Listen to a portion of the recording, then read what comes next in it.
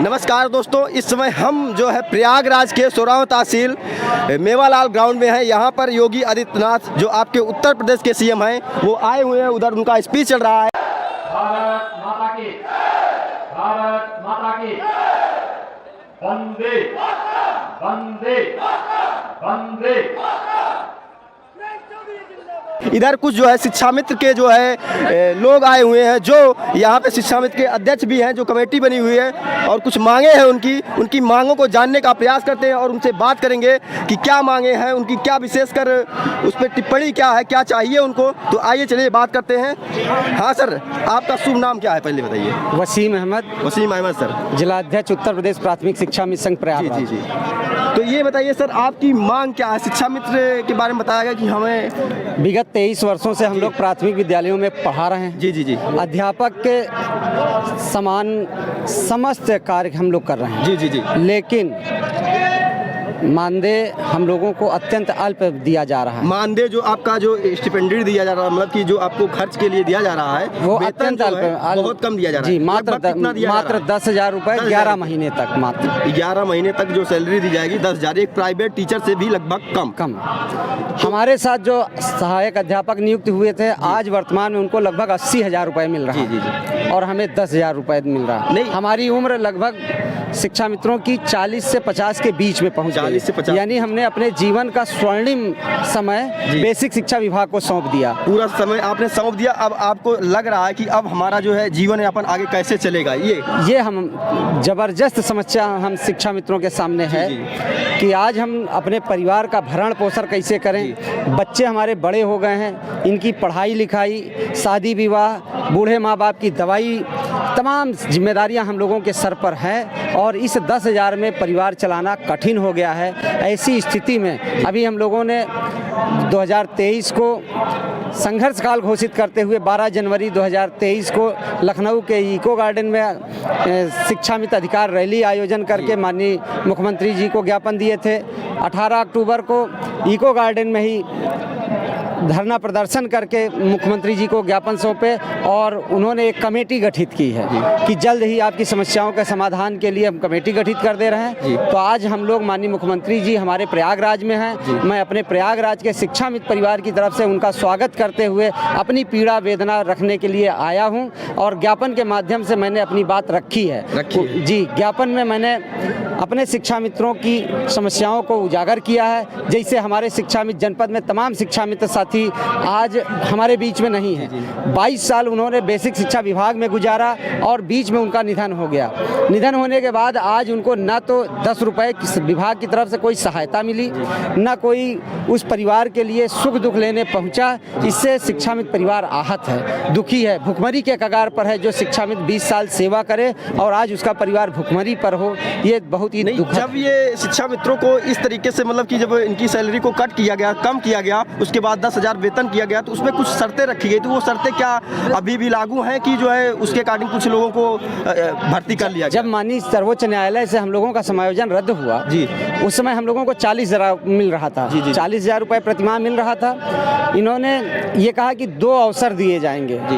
तो 2 अवसर में 68,500 की भर्ती इन्होंने निकाला, 69,000 की भर्ती निकाला। उसमें इन्होंने कटाफ जबरदस्त लगा दी, जबकि पूरे देश में कहीं पर भी सुपर टेट नहीं है। सुपर टेट नहीं, टेट के बाद सीधा नियुक्ति दी गई है। लेकिन उत्तर प्रदेश में शिक्षा मित्रों को रोकने के लिए इन्होंने स्पेशल सुपर टेट बनाया, जिसमें शिक्षा मित्र को फिल्टर किया गया। नहीं, वैसे तो हमने अभी रिव्यू, मतलब कि यूपी टेट का जो यूपी ट्रिपल पेट वाला एग्जाम है अभी कल हुआ है, इसके पहले भी हुआ है, तो उसमें भी यही लोगों का, छात्रों का कहना है कि जो है ये सिर्फ छात्रों को बाहर करने के लिए जो है एक रणनीति बनाई गई है। अभी तक वैकेंसियाँ कोई एक भी क्लियर कराई नहीं कि 3 बार पेट एग्जाम ले लिया गया है। आप जो है अभ्यर्थी कैंडिडेट के तौर पे हैं, इसलिए ये बात मैं रख रहा हूँ। तो क्या जो है यहाँ पर उत्तर प्रदेश में छात्रों को सिर्फ बाहर करने के लिए नौकरी ना देने का सिस्टम बनाया जा रहा है? क्या लगता है आपको?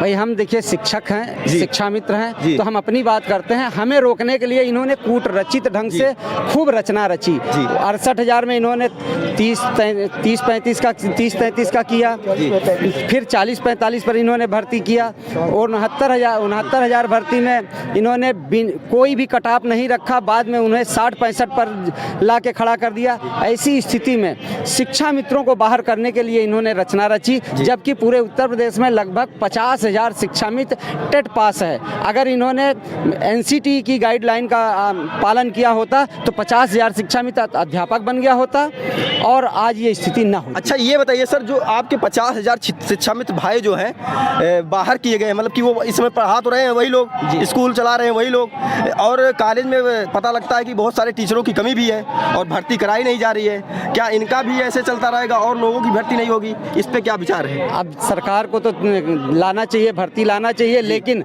सदन में माननीय बेसिक शिक्षा मंत्री जी ये कहते हैं कि शिक्षक और छात्र अनुपात बराबर है, इसलिए भर्ती नहीं लाई जाएगी। जब उन्हें शिक्षक और छात्र अनुपात की बात आती है तो हमें शिक्षक की गणना की जाती है, और जब मानदेय और वेतन वृद्धि की बात आती है तो वो कहते हैं कि नहीं, इनके कार्य भिन्न हैं, जबकि हमारे कार्य शिक्षक के बराबर एकदम सेम है। जो काम वो करते हैं, निपुण वो करते हैं, निष्ठा, प्रेरणा ऐप, जो भी ऐप बना के उन्होंने लॉन्च किया उसका पालन शिक्षा में पूर्णतः कर रहा है। मतलब कि पूरा काम जो एक बेसिक शिक्षा अध्यापक कर रहा है, वो जो शिक्षा मित्र भी कर रहा है, लेकिन आपकी मांगे नहीं सुनी जा रही है। आपका जो है भरपूर जो जितना मेहनत की जा रही है उसका जो है भरपाई नहीं की जा रही, उसको उतना वेतन नहीं दिया जा रहा। मेन अफसोस की बात कि माननीय मुख्यमंत्री जी या सरकार को सोचना चाहिए कि अगर सरसों का तेल 200 रुपए में अध्यापक को मिल रहा है, किसी राज्य कर्मचारी को मिल रहा है, तो वही 200 रुपए में शिक्षा मित्र को भी तेल मिल रहा है। अगर आलू उनको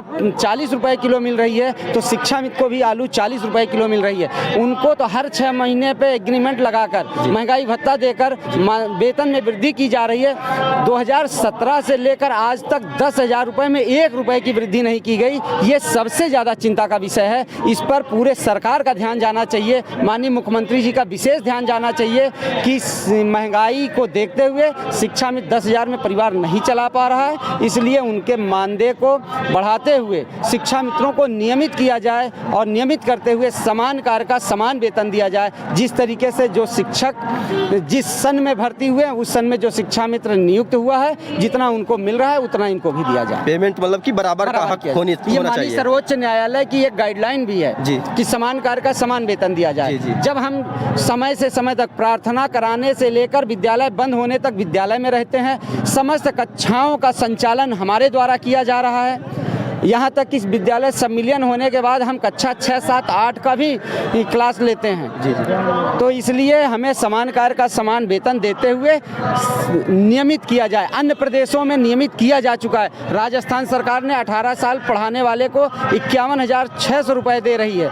हरियाणा सरकार 26,000 रुपये दे रही है। चंडीगढ़ सरकार 27,200 रुपये दे रही है। इसी तरीके से मध्य प्रदेश सरकार, छत्तीसगढ़ सरकार, बिहार सरकार ने नियमित कर दिया। जितने भी पैरा टीचर थे, कहीं गेस्ट टीचर के नाम से जाने जाते थे, कहीं शिक्षा अनुदेशक के नाम से जाने जाते थे, कहीं शिक्षा कर्मी के नाम से जाने जाते थे, कहीं अतिथि शिक्षक के नाम से जाने जाते थे।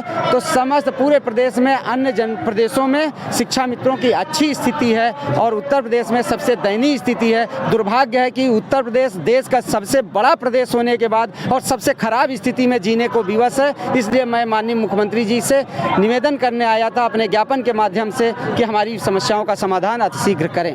चलिए ठीक है, थैंक यू सर।